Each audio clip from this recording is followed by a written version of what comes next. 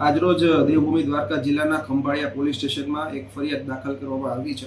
જે ફરિયાદ કલમ 189(1), 189(2), 191(2), 221, 57, 353(2), 248(2) અને 62 BNSની વિવિધ કલમો હેઠળ ખંભાળિયા પોલીસ સ્ટેશનમાં ગુનો દાખલ કરવામાં આવ્યો છે.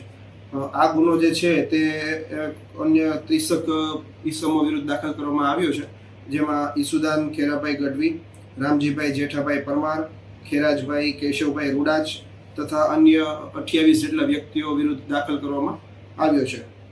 આ જે ગુનો છે તેની વિગત એવી છે કે ગત 31/3/2026ના રોજ ખંભાળિયા પોલીસ સ્ટેશનમાં એક લૂંટનો ગુનો દાખલ કરવામાં આવ્યો હતો. જે લૂંટના ગુનામાં જે આરોપી છે દીપક, જે બિહારથી બિલોંગ કરતા હોય અને તેમના વિરુદ્ધ લૂંટની ફરિયાદ દાખલ થયેલ હોય, તે ફરિયાદ અંગે આરોપીના તરફેણમાં જે એ લોકો ઈસુદાનભાઈ તથા જે બાકીના વ્યક્તિઓ છે તે અહીંયા પોલીસ સ્ટેશન પર બપોરના ઈસમમાં આવેલ હોય અને અહીંયા આગળ આવી અને પીએસઓ અમારા જે છે તેમની સાથે તે ગેરવર્તન કરતા હોય, તેમના ઉપર સસ્પેન્શન દાખવવા બાબતનું દબાણ કરતા હોય, એમની સાથે અન્ય 30 વ્યક્તિઓ પણ પોલીસ સ્ટેશન ખાતે આવેલ હોય. એ બધા ગેરકાયદેસર મંડળી રચી અને પોલીસ સ્ટેશન પર દબાવ બનાવવાનો પ્રયત્ન કરતા હોય.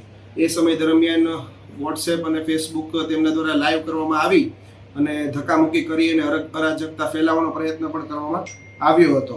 ત્યાં આગળ જે ફરજ પર હાજર પીએસઆઈ છે તેમના દ્વારા તેમને સમજ કરવામાં પણ આવી કે તમારી જે રજૂઆત છે તમે કાગળ ઉપર રજૂ કરો અને આ રીતે ગેરકાયદેસર રીતે અહીંયા મંડળી એકત્રિત ન થાવ. પણ તેમ છતાં તેમના દ્વારા પોલીસ સ્ટેશન ખાતે ઉલ્લડ કરવામાં આવ્યું હતું.